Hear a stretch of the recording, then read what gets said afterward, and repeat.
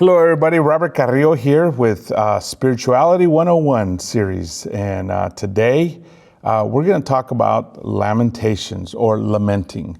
And I'm really excited about sharing about this. It's something that I've been studying for a while now and has had a very profound impact on me personally. But it's been a whole new world that has opened up in my spiritual journey and knowing God and learning about God. And so I'm excited to just share some thoughts with you and give you some homework to grow in your own spirituality and your journey. So lamentations, or to lament, what is that? What is that? What is lamentations? When do we lament, or when is it proper to lament, or when is it okay to lament, or how exactly does it work? The truth is, we don't really know a whole lot. Generally, it's not in our fellowship of churches and not with our tradition. It's not a topic we talk about a lot. I've never in my Christian life ever heard a sermon on lament, or even anyone preach out of Lamentations. A while ago, a few years ago, I attended an Eastern Orthodox service, and it was for a class I was taking at Pepperdine. I had to go through multiple different kinds of worship services, and I went to one. It was an Eastern Orthodox church, and it was really amazing. It was a beautiful old church. You know how the Orthodox churches are, with all the paintings and the gold and the just ornament, with all these ornaments, and it was very pretty inside, and the acoustics in there were amazing. And it was amazing because it was a service, it was Eastern Orthodox, but it was in English, Spanish, Aramaic, I think Arabic, and Greek. All of those languages were spoken during that service. And I mean, I wondered, does anybody know all those languages? But it was actually a really powerful service. And during the service, we took communion, and a woman stood up in front and sang a song. And it was a lamentation. And she sang, I believe it was Aramaic or possibly Arabic. And it was such a moving song. It brought me to tears. And I looked around, and everybody in the auditorium was crying. And I doubt that they all spoke that language. I knew I didn't, obviously. But her pain, her suffering, her sorrow, her hurt clearly was being communicated in the song. And the next thing I knew, I felt I was emotional, and tears were going down my face. And there was something very powerful. It was what I would absolutely say a spiritual moment, that we were all mourning together, and we were all hurting together, and we were crying together. Something very powerful happened. 40% of Psalms are laments. Almost half of the Psalms are really lamentations. There's an entire book, right? Lamentations is actually a whole book where God memorializes the pain and the sorrow of the Jews when Jerusalem was conquered, the shame of Israel. And we can read about it and read about what happened. Jesus himself was very open about his feelings and his hurts and his suffering. 3 times we read about him crying. And he cried with Mary and Martha when Lazarus died. He cried when he was looking at Jerusalem and seeing the people helpless and harassed. He cried in the Garden of Gethsemane. And he cried out. He said, "My soul is overwhelmed with sorrow to the point of death. Stay here and watch with me." I mean, this is amazing because Jesus was very open about what he felt. I mean, I thought, if you think about who says that, who says, "I am overwhelmed with sorrow" to their friends? Who says, "I'm so broken inside. I'm agonizing"? I mean, that's how open and honest Jesus was. On the cross, he cried out, it says. He cried out, "Eloi, Eloi, lema sabachthani," which means, my God, why have you forsaken me?" It was Psalms 22.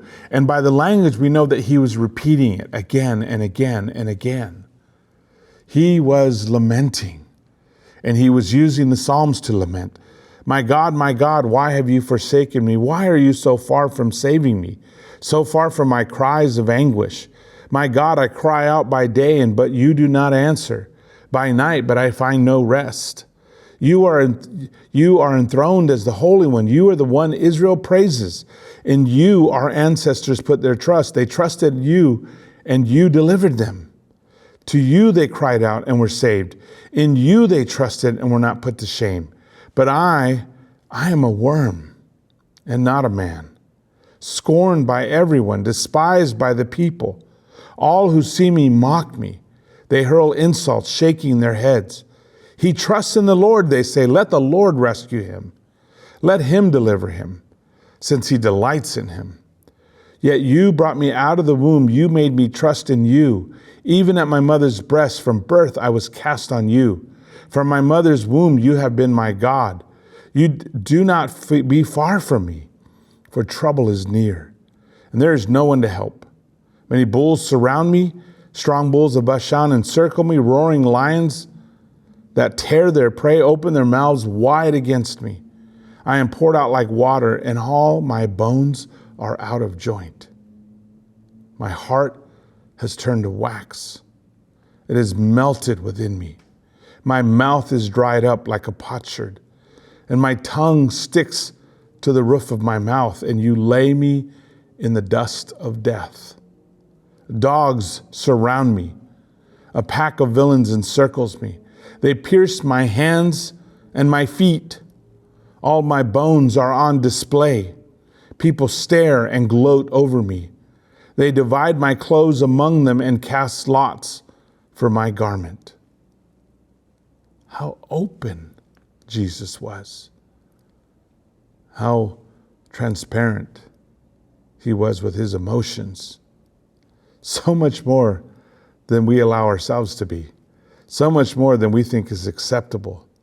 And David, who wrote so many of the Psalms, a man after God's own heart, he said, surely you desire truth in the inner parts. What does that mean? Just be honest.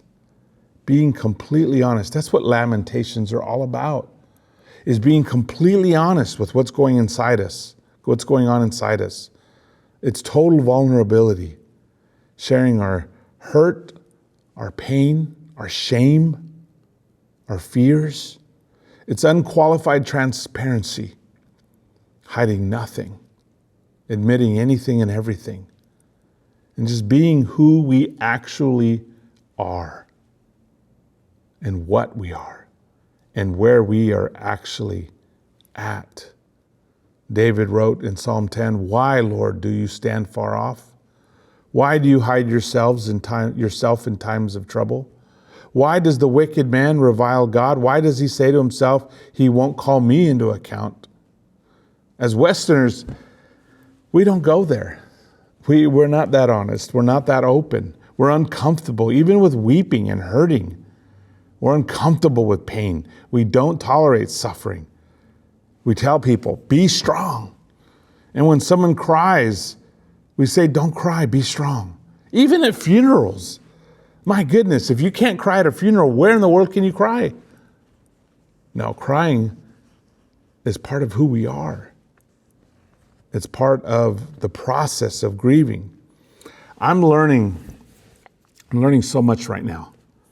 I'm learning that laments or lamentations are no small thing.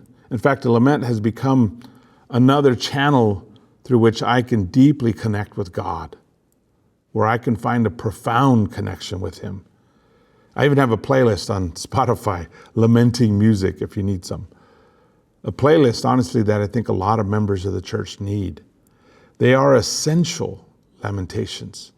They're essential to our spiritual development, to our spiritual maturity.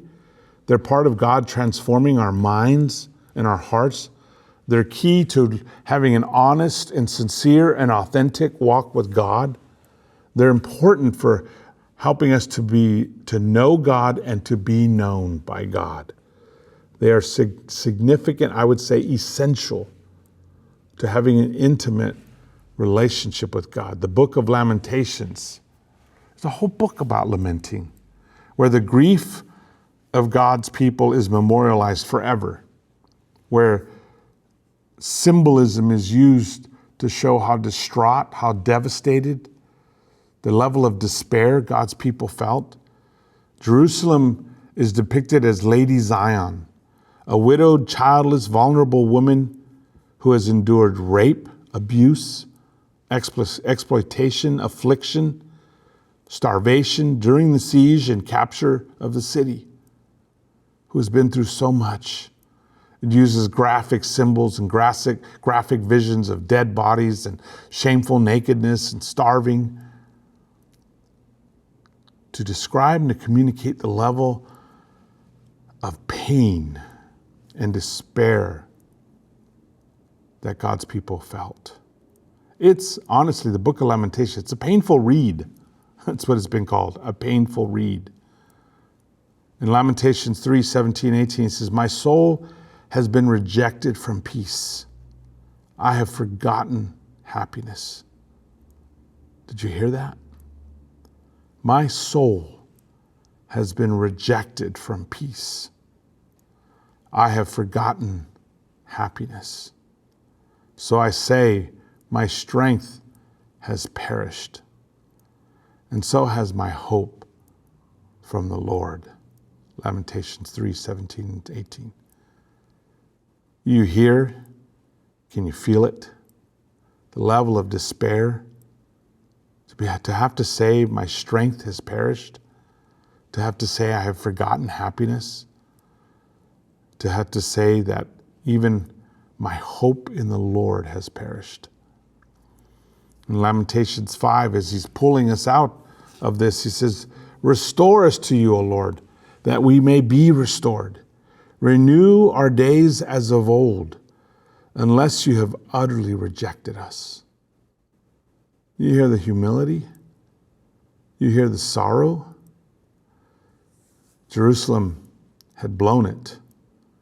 They had sinned and they had not listened to the prophets. They had ignored the warnings of the Lord. And they kept going until they were completely and utterly humbled. And they suffered a horrible conquest full of shame and guilt. It's what happens to us. It's the suffering we go through. They turned to the Lord and they worked it out with him. Laments, they're the soul's response to pain and sorrow. They are the voice of despair, the voice of pain, even the voice of anger, which sometimes is the direct result of truth in the inner parts. When we lose somebody we love deeply, sometimes we even get angry. Somebody once described a lament as a prayer in pain that leads to trust. But we have to work it out with God. One of the blessings and the burdens of working with hope, holding hands and praying with people who are malnourished, who are starving, who are dying, who are hurting, who are struggling to feed their kids, to provide safety, who were hated, who were reviled, who were outcasts and literally untouchables. To be in a room and hear the sharing hearts of women who felt utterly alone, abandoned, and completely worthless in their own eyes and in the eyes of the people around them. Men enslaved and helpless to overcome their own struggles, their own weaknesses, their addictions, unable to help their families, unable to help their children, and filled with despair. Walter Brueggemann, who's becoming one of my favorite authors, wrote in his book on peace, "American evangelicalism reflects greatly the haves of the world. The dominant culture celebrates God. But the have-nots, the poor, the marginalized, the oppressed, people hurting like addicts, like people who've been abused, like people who've been abandoned. Their theology is often a theology of suffering and survival. They want to celebrate God, but what they relate to, what resonates for them is the God who suffers, the God who feels their pain, the God of compassion, the God who heals, the God who rescues." Sung Chan Ra, in his book, Prophetic Lament, It's an amazing book on the theology of lamentation. He shows how people need to understand that God is the God who is the healer, the redeemer, the rescuer. You can hear it in our music. Modern songs are oftentimes modern lamentations. You hear it in the black gospel tunes from the church, especially the old ones that reach a deep down into the soul, expressing the pain and the anguish of hundreds of years of slavery and racism. And you feel it. I mean, I hear those songs and I get goosebumps, and I'm not black, but I relate to the pain and the sorrow, and I relate to the hurt, and it resonates with my soul. You hear it in the anger of the modern hip hop artists and hip hop music and rock music that is the music of the disenfranchised, of the left out and the angry. You hear it in the ballads of Mexico as they sing about their poverty and their pain and their suffering and their despair. You hear it in the old Irish tunes of lamentations. They have a genre of music of lamentations that expresses the pain of centuries of oppression and struggle against the English. And that theme runs all the way into American country music. We joke about country music always being the story of somebody who pickup truck broke down or lost their dog or wife left them or this or that. And what are they doing? They're singing out their pain. They're singing out their sorrows. That's lamentations. That's what Psalms are. And you really hear it in Jewish music. A people who for thousands of years have suffered. We all know about the Holocaust, but there were many Holocausts in Jewish history. There are many times that Jews were hunted down and suffered horribly. It wasn't the only time. It goes all the way back through the Old Testament, through their sufferings, through their conquest, through lamentations. Every people has their own form of lamentations. Everyone suffers someday. Everyone goes through hard times, and everybody has a time that they need to lament. In the last 14 months, we've been through a lot together. In the last year and a half, our world has suffered a lot, and it weighs heavily on our hearts. And when we have all this pain coming in, how does it manifest itself? What do we do with it? With the stress and the anxiety, depression and anger and fear and despair, all these things are the fruit of what our world is facing. And the thing about it is, our country doesn't even know how to lament. We don't even have those traditions. Old traditions in third world countries, in old cultures, they have it. They know they mourn for a certain amount of days. They wear a certain amount of clothes. The Jews have a whole system of mourning. They know how to process this, but we don't. Our country is young, it's new, and we have no history, and we've cast off all the traditions, and we don't know what to do with lament. We just want to take a pill. We just want to go get drunk. We want to go get high. We want to escape any kind of suffering or pain. Even Christians, even disciples, don't know what to do with the pain that we feel sometimes. We need Psalms, especially the Psalms of lament. We need to be able to be honest about what's happening in our hearts. We need to express what's happening on the inside and to be able to work it out. We need to be able to share with God and share with each other. It was a powerful thing that day in that church when I looked around and we're all crying and we don't know each other. We don't even speak the same language. But somehow a bond was made. The language we do speak together is suffering and is pain. And we can share that. Even that is a spiritual thing that God gives us a family to share our pain with. I read this story one time as a little boy who came to his house one evening and his mother asked him, "Where have you been?" And he said, "I was next door with Mr. Johnson." And she said, "I told you not to bother Mr. Johnson. His wife just died last week." And the little boy said to him, "It's okay, Mom. I was helping him." And she said, "How were you helping him?" And he said, "I helped him cry. We just cried together." We need that. We need someone to share our pain and our sorrow with. In Romans 12:15, Paul wrote, "Rejoice with those who rejoice, but weep with those who weep." Weep with those who weep. Sometimes we have to work it out. That's part of processing our pain and what we go through.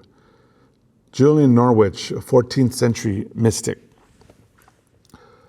Her parents died in a plague. She suffered much as a young woman, as a child and as a young woman. And she had a very famous saying, all shall be well, and all manner of things shall be well. I think that was a mantra. It reminds me of that song, It Is Well With My Soul. And the guy who wrote it had just lost his wife and his child. It is well with my soul. We have to work these things out with God and with each other when we're hurting. And David wrote in Psalm 25, my eyes are ever on the Lord, for only he will release my feet from the snare. Turn to me and be gracious to me, for I am lonely and afflicted. Relieve the troubles of my heart and free me from my anguish. Look on my affliction and my distress and take away all my sins. See how numerous my enemies are and how fiercely they hate me. Guard my life and rescue me, and do not let me be put to shame, for I take refuge in you. May integrity and uprightness protect me, because my hope, Lord, is in you. That's his psalm. You feel it. You can feel it. Because we've been there before and we have felt these things. And usually the truth is we're not that transparent. David was a man after God's own heart. The Lord is a God who avenges. Oh, God who avenges, shine forth, rise up, judge of the earth, pay back the proud for what they deserve. David, he wanted God to deal with people. How long, O Lord, will the wicked be jubilant? They pour out arrogant words. All evildoers are full of boasting. They crush your people, Lord. They oppress your inheritance. David was angry, and he just poured it out before God. A psalm of Asaph in Psalm 79. Pour out your wrath on the nations that do not acknowledge you, and on the kingdoms that do not call on your name. I mean, Asaph was like, get them, Lord, get them. Deal with them. In the ministry and leadership, we feel the critical knife of people. People being critical, fault finders, standing in judgment over our lives, who condemn us and proclaim us not good enough, not spiritual enough, not good enough leader, not serving enough, not giving enough. It always amazes me. I can be there for 10 people hurting and one person I'm not there for, and I get judged for it. It's just leadership, though. And that's how people are. And we need those Psalms sometimes. We need the Psalms to be able to just work out our own feelings. In Psalm 31:13, he wrote, I have heard the whispering of many people and terror on every side. While they made plans together against me, they were plotting to take my life. I trust you, O Lord. I said, you are my God. My future is in your hands. Rescue me from my enemies, from those who persecute me. Smile on me and save me with your mercy. I mean, as leaders, sometimes we need to be able to pray that because we feel so much and we carry such a burden. We wrestle with despair. It searches for us. It searches for us. It hounds us. Sometimes it jumps us and beats us. It beats us down in the dark alleys of our minds. You're not enough. This year we've wrestled with a lot. We as a fellowship, we wrestle with who we are, our future, with the race relations, the pain, the guilt, the responsibility, the awokeness, the forgiveness, the being forgiven, the gender roles, our hurts, our awakening, our understanding, the political strife, the hurt we feel at the hands of the world, the hurt we feel at the hands of other brothers and sisters who've said things that ought not be said on social media, with the losses of lives in our church, in our families, the loss of parents, the loss of children, the loss of brothers and sisters. We feel it. The concerns of the world, and what kind of world are we leaving our children and our grandchildren?